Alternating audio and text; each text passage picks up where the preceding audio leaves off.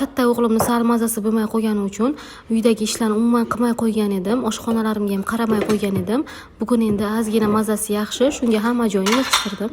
3-4 kundan beri ishim faqat skoriy bilan больницаlar orasida o'tdi. Orada analizlarni topshirdim. Ichaklari shamollagan ekan, o'sha uchun bezovta bo'lgan ekan. Hozir ozgina yaxshi. O'g'limga qo'shilib o'zim ham dieta qilib, unga pishirgan ovqatlarimdan o'zim ham yedim. Qo'lim na somsaga, na boshqa narsaga bordi. O'zim juda ham trevojnaya onaman. Bolamga bir narsa bo'lsa, dunyo ko'zlarimga qorong'i bo'lib ketadi. Shunaqa ham zerikib ketaman. Orada meni patishka qilgan qizlar hammalaringizga rahmat. Erinmasdan istoriyalarimni ko'rib, menga dalda berib, men dardimni eshitganlaringiz uchun hammalaringizga rahmat. Men bu narsadan juda ham xursand bo'ldim. Havla isib ketganiga o'zim ham e'tibor bermay qo'yganman va o'g'lim har zamon kirib oyog'ini yuvgan, issiq suvdami, sovuq suvdami qaramaganman. Rezinovoy tapichkalarda yurgani uchun nam oyog'idan o'tib, ichaklari shamollab ketibdi. Baribir hali havo issiq bo'lgani bilan bahor oyi bo'lgani uchun bolalarning oyog'i nam tortar ekan. Shuning uchun sizlar ham ehtiyot bo'linglar qizlar.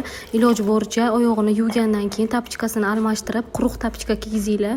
Bolalarim otravleniya bo'lsa ham biror marta ichidan shamollamagan edi. Bunaqa menda birinchi marta bo'lishi xuddi davos yo'qday ko'rindi menga. Qizlar, yana kimni bolasi shunaqa kasal bo'lgan, nima dorilar bergansizlar, qanaqa lecheniya qilgansizlar, hammasini yozinglar, kommentariyada kutaman.